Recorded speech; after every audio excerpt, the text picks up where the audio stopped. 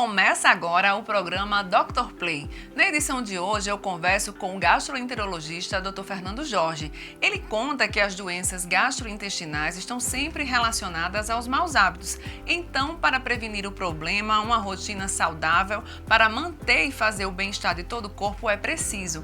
E nem sempre é fácil diagnosticar as doenças porque elas se confundem umas com as outras. Acompanhe agora o bate-papo com o especialista.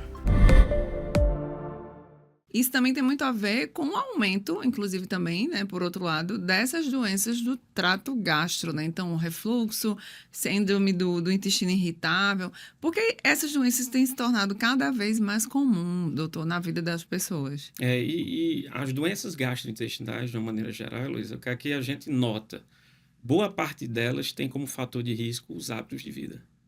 Então, o que a gente olha, o Brasil vive uma epidemia, né, de obesidade, então você vê realmente números crescentes e números alarmantes, dieta ultraprocessada.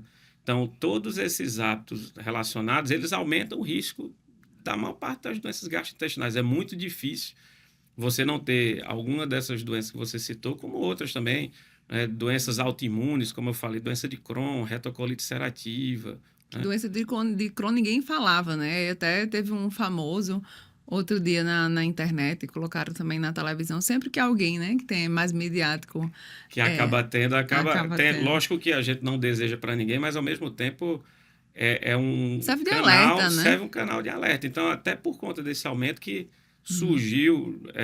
surgiram essas ações específicas para alertar, porque muitas vezes, muitos desses sintomas, eles são sintomas inespecíficos, entendeu? O paciente às vezes acha que tem uma dor abdominal esporádica, né? E aí que ele é leve, às vezes não interfere tanto, e por ali por dentro, algo mais grave vem tomando forma, vem E crescendo, é né? difícil fechar esses diagnósticos, depende muito Depende, depende. Alguns desses diagnósticos você não tem um exame único. Aí é o desafio específico, né? maior, né? Então, por exemplo, doença de Crohn, para você ter noção, o tempo médio de diagnóstico entre o início dos sintomas e o fechar o diagnóstico no Brasil é mais de um ano. Nossa. É mais de um ano. Existe uma pesquisa da Associação Brasileira de Colite e Doença de Crohn, ABCD, que ela coloca que o tempo médio, e normalmente esses pacientes, quase metade desses pacientes, eles foram 3 ou 4 vezes, pelo menos, ao pronto-socorro, com queixas de dor abdominal ou diarreia. E se automedica sempre, né? Automedico, né?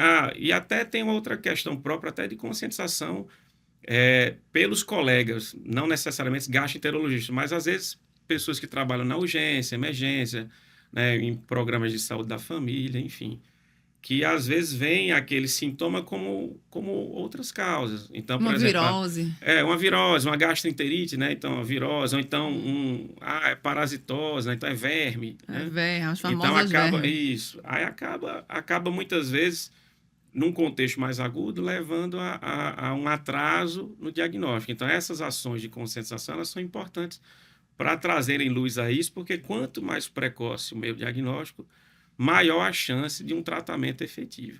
E, sem dúvida, o Brasil, por exemplo, falando de doença inflamatória intestinal, acaba que o Brasil hoje, por exemplo, ele vive um estágio de aceleração crescente de novos casos em relação às doenças inflamatórias intestinais, e uma das hipóteses para isso é justamente o tipo de alimentação, sono inadequado, estresse, sedentarismo, enfim, uma série de coisas, Tudo tudo que está interfere, relacionado, né? tudo interfere. E se o senhor pudesse até orientar as pessoas que estão nos assistindo, né? Eu sei que não tem a fórmula mágica, mas Não, recomendações essenciais para que a gente já está vendo aqui, né, de acordo com suas informações, que o estilo de vida e a alimentação, eles impactam diretamente, né, a total, saúde gastrointestinal. Então, total. que recomendações essenciais você poderia falar para as pessoas que estão nos assistindo que já sofrem ou que pelo menos não sofrem, mas pode Uhum. prevenir? Eu acho que isso serve não só para, eu diria, para a saúde gastrointestinal. Acho que assim, Para é meio que uma tudo. receita de bolo, né? É difícil executar muitas vezes com o tempo que a gente tem, mas você que está aí em casa, está nos assistindo, o que é que você pode tentar implementar? Eu acho que a primeira coisa, até sendo mais prático, é tentar identificar, porque assim, você só pode fazer algo se você realmente identifica que tem um problema. Se para você tá tudo ok, fica difícil você fazer alguma coisa. Acho que a primeira coisa é tentar identificar que você tem um problema e que precisa fazer algo. Não adianta chegar na virada do ano, ter um plano de vou perder peso, mas não tem um plano para isso, entendeu? Perder peso como? Fazendo o quê? Procurando ajuda para isso. Mas que medidas? Então, atividade física regular, né? Então, é até o que eu digo para os meus pacientes. Doutor, qual atividade física? O ideal é você seria uma alternância entre, por exemplo, musculação e alguma atividade aeróbica. Então, corrida, bicicleta, esse seria o ideal. Você vai se identificar, né? Mas na prática, faça aquilo que você consiga manter, né? Comece devagar, comece com o tempo que você tem, com pouco tempo, mas comece. Na fase inicial, o mais importante é você vencer essa barreira. Então, a atividade física regular reduz, é um remédio, um santo remédio para um monte de situações, não só gastrointestinais, mas cardiovasculares, enfim. O que mais mata no mundo é a doença cardiovascular. E aí você tem a atividade física que reduz 60%, 70%, 80% desse risco, né? Outra coisa, tipo de alimentação. Então, tentar ter uma alimentação mais saudável. É difícil, até porque o que a gente brinca às vezes, até o saudável hoje é manipulado, né? Então a salada o frango com salada, o frango às vezes está cheio de hormônio, a salada está cheia de agrotóxico. Mas assim, tentar ter uma alimentação, por exemplo, na gastro, por exemplo, principalmente saúde intestinal, o que se coloca mais próximo daquilo que seria a dieta do Mediterrâneo, né? Então, você tem um baixo consumo de carne vermelha, dá preferência por peixe, então, enfim, azeite, grãos, né? Você tem uma alimentação, tentar ter um baixo consumo de ultraprocessados, então fast food, refrigerante. Então, tudo isso acaba ajudando na saúde gastrointestinal. Sono é fundamental, né? Sono então, é vida, né? É aquela coisa. Tem uma noite de sono inadequada, você vai ver o impacto no outro dia no humor, num monte de coisa, né? Então, gestão de estresse. Então, não adianta você viver apenas para o trabalho. Acho que é importante você ter também outras atividades que gerem, obviamente, bem-estar, enfim. Acho que são algumas medidas que são fundamentais, acho, para tudo na nossa vida. São básicas, mas que difícil. A gente não faz, né? É difícil, a verdade é difícil. Essa. Perder peso e tudo é complicado. Mas eu acho que com o tempo que a gente tem é aquela coisa, você identificar o problema e tentar, de alguma maneira, encaixar numa rotina, muitas vezes, que a gente sabe que é uma rotina corrida de boa parte das pessoas, né? E a gente faz uma pequena pausa no nosso programa para voltar daqui a pouquinho com mais informações de saúde. É um instante só.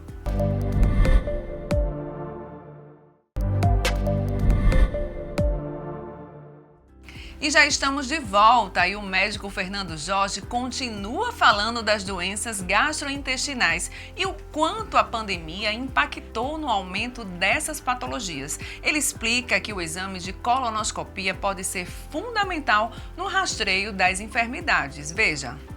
E em relação à pandemia, eu sei que já tem alguns anos, né, que ocorreu a pandemia e mudou com a vida de todo mundo. Foi ontem ainda. Parece que foi ontem. Foi uma virada de chave para todas as áreas, para várias profissões, mas em termos na saúde, né, por exemplo, inclusive os altos índices de câncer, né, muita gente ficou sem fazer diagnóstico, sem fazer consulta.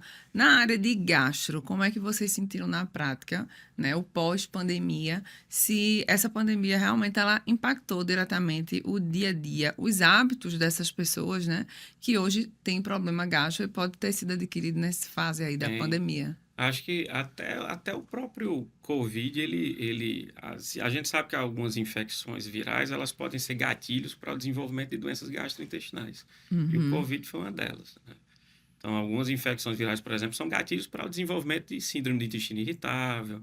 Enfim, a gente não sabe até que ponto, muitas vezes, vai interferir, por exemplo, no surgimento de alguma outra doença específica, né?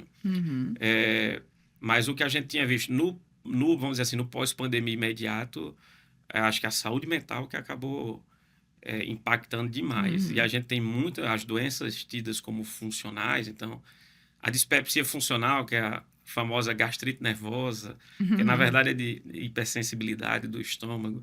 síndrome do intestino irritável, uma série de outras condições, ela tem, muitas vezes, nos fatores psicológicos, gênese, ou seja, causa, né, muitas vezes de perpetuação daqueles sintomas. Então, no momento mais agudo, o que a gente viu foi pacientes mais ansiosos, enfim, por conta de tudo que vinha acontecendo. Enfrentando. E tem alguns estudos, inclusive, Elisa, colocando em relação ao impacto que aconteceu nos programas de prevenção.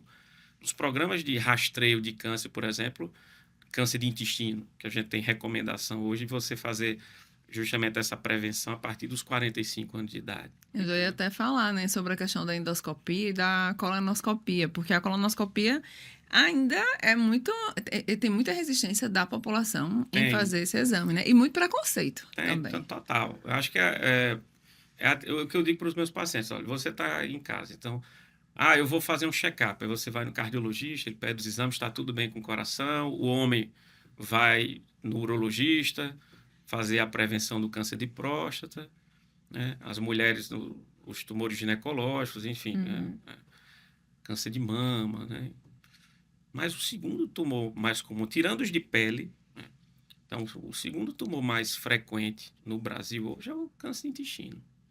E é muitas vezes silencioso, né, doutor? Total. Você pode ter, o paciente nas fases iniciais, ele pode ter o tumor e não sentir absolutamente nada, entendeu? Agora, quando diagnosticado precocemente, a chance de sobrevida, de cura é muito alta. É muito alta. É muito alta. O que eu digo para os pacientes, a colonoscopia em si, o exame em si, você não visualiza, é feito sob sedação, você não vê o exame. Lógico, há muitas vezes a questão do preparo, mas entenda, o preparo é algo necessário e fundamental para a realização do exame. Pior do que fazer um preparo é fazer 2 porque você não fez o primeiro adequadamente, de algo que precisa fazer. E é um dia, entendeu? É um dia de um sacrifício para um benefício para uma vida toda. Entendeu? A colonoscopia, a recomendação é a partir dos 45? Hoje, qual a recomendação que a gente tem aqui?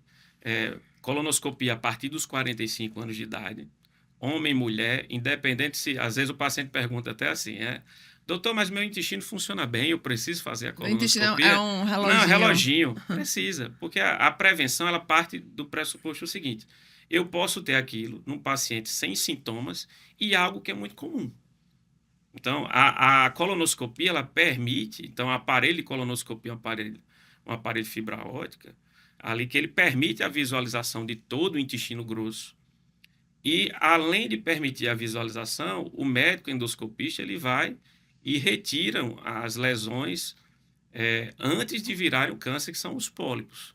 Então, você consegue fazer uma prevenção muito mais adequada, não só de visualização, mas de retirada. Então, a partir dos 45 anos, homem e mulher, independente se o intestino funciona bem ou não. Se você tem parente de primeiro grau, essa prevenção começa antes. Antes dos 45. Se esse parente de primeiro grau ele tiver tido câncer com mais de 50 anos, essa prevenção começa a partir dos 40. Agora, se esse parente de primeiro grau ele teve o tumor com menos de 50 anos, aí começa 10 anos antes da idade que esse parente teve. Vamos dar um exemplo aqui. Então, você teve um irmão que teve um câncer intestino aos 45. Então, 10 anos antes, já que ele tinha menos de 50, então o início, aí para os parentes de primeiro grau, é o começo a partir dos 35 Dos 35. anos. Entendeu?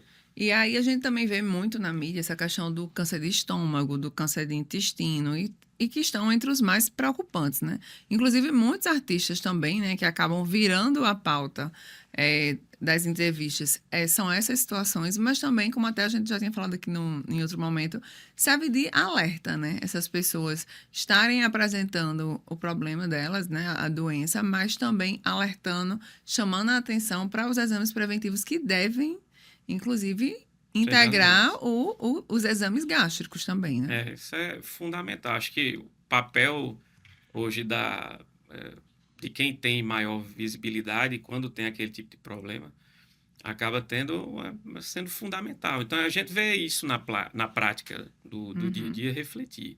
Então, a gente tem o câncer de intestino é mais comum do que o câncer gástrico. Mas, por exemplo, na Paraíba, no homem, o câncer gástrico é o quarto tumor mais comum.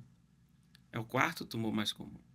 Então, se você tem sintomas, né, Então, procure o seu médico, procure o seu gastroenterologista para avaliar se há necessidade ou não de fazer endoscopia. Tanto é que vem aumentando tanto o número de casos de câncer gástrico que a Federação Brasileira ela vai lançar, né, um mês de conscientização em relação ao câncer gástrico, que é justamente vai ser o setembro, tem muitas cores, né? Então, setembro É, rubi certo. vai ser justamente relacionados à prevenção do câncer de estômago também. Então, a gente tem tido um aumento do número de casos, então, vamos fazer ações relacionadas a isso.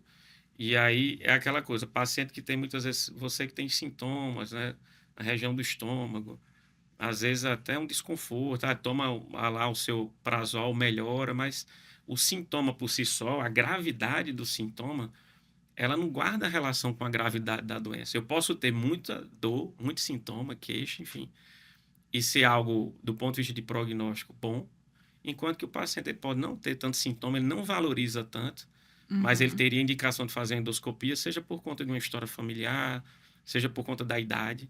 Então, no Brasil, se você tem sintomas gastrointestinais, gástricos principalmente, a recomendação seria a partir dos 40 anos você fazer esse exame, mas atualmente ainda atrelado a sintoma, né? Lógico que pacientes com menos de 40 anos, dependendo da sua queixa, o médico ele pode julgar a necessidade de você fazer ou não endoscopia. Outros países que têm uma incidência mais alta, por exemplo, no Japão é recomendação.